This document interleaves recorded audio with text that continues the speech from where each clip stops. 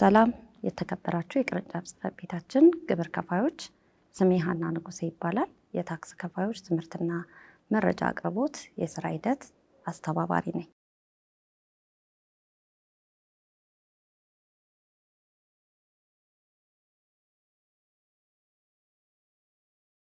የግዢ ማረጋገጫ ደረሰኝ ማለት በመመሪያ ቁጥር 149/2011 አንቀጽ 2 ንዑስ አንቀጽ 5 መሰረት የተሰጠነውን ድንጋጌ ይይዛል። በባለስልጣኑ እውቅና የተሰጣቸውና የግብይት ደረሰኝ እንዲገኝላቸው ላልቻሉ ግብይቶች ግዥ ስለመፈጸሙ ለማረጋገጥ በገዢው ተዘጋጅቶ በወጪ ማስረጃነት የሚቀርብ ሰነድ ነው ተብሎ ተቀምጧል።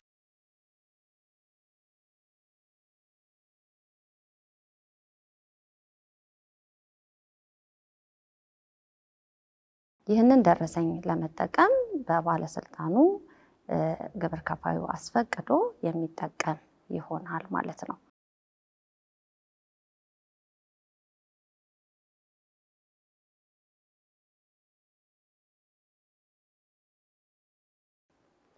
የግዥ ደረሰኝ መጠቀም የሚቻልባቸው ግብይቶች የትኞቹ ናቸው ለሚለው ደረሰኝ መስጠት የማይችሉና በአነስተኛ ወይም በችርቻሮ ደረጃ እቃ የሚያቀርቡ ከነሱ ሲገዛ የጥቃቅን ዕደ ጥበብ ስራዎች፣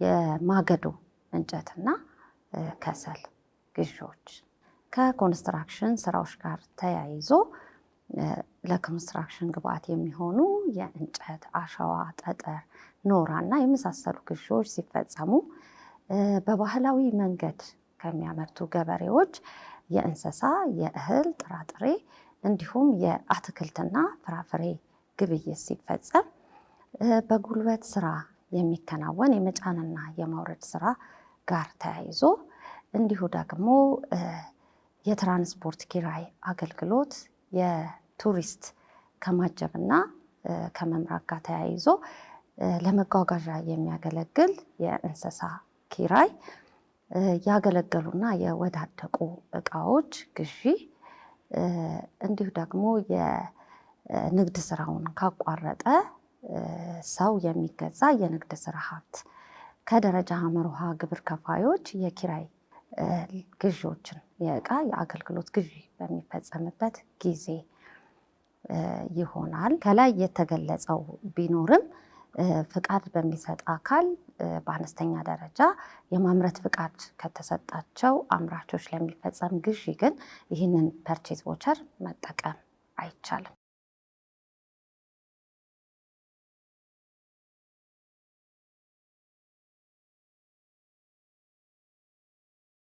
ሌላው የገንዘብ መቀበያ ደረሰኝ ለየትኛው አገልግሎት ይውላል የሚል ጥያቄዎች በተደጋጋሚ ከግብር ከፋዮች ይነሳሉ። የገንዘብ መቀበያ ደረሰኝ ከንግድ ስራ እንቅስቃሴ ውጪ ለተገኙ ገቢዎች ማለትም ለድርጅቱ በስጦታ ሊሆን ይችላል፣ በብድር ሊሆን ይችላል፣ የተሰጠ በገንዘብ በቼክ በባንክ በኩል የተላለፈለት ገንዘብ ሲቀበል ይህንን ደረሰኝ ይሰጣል።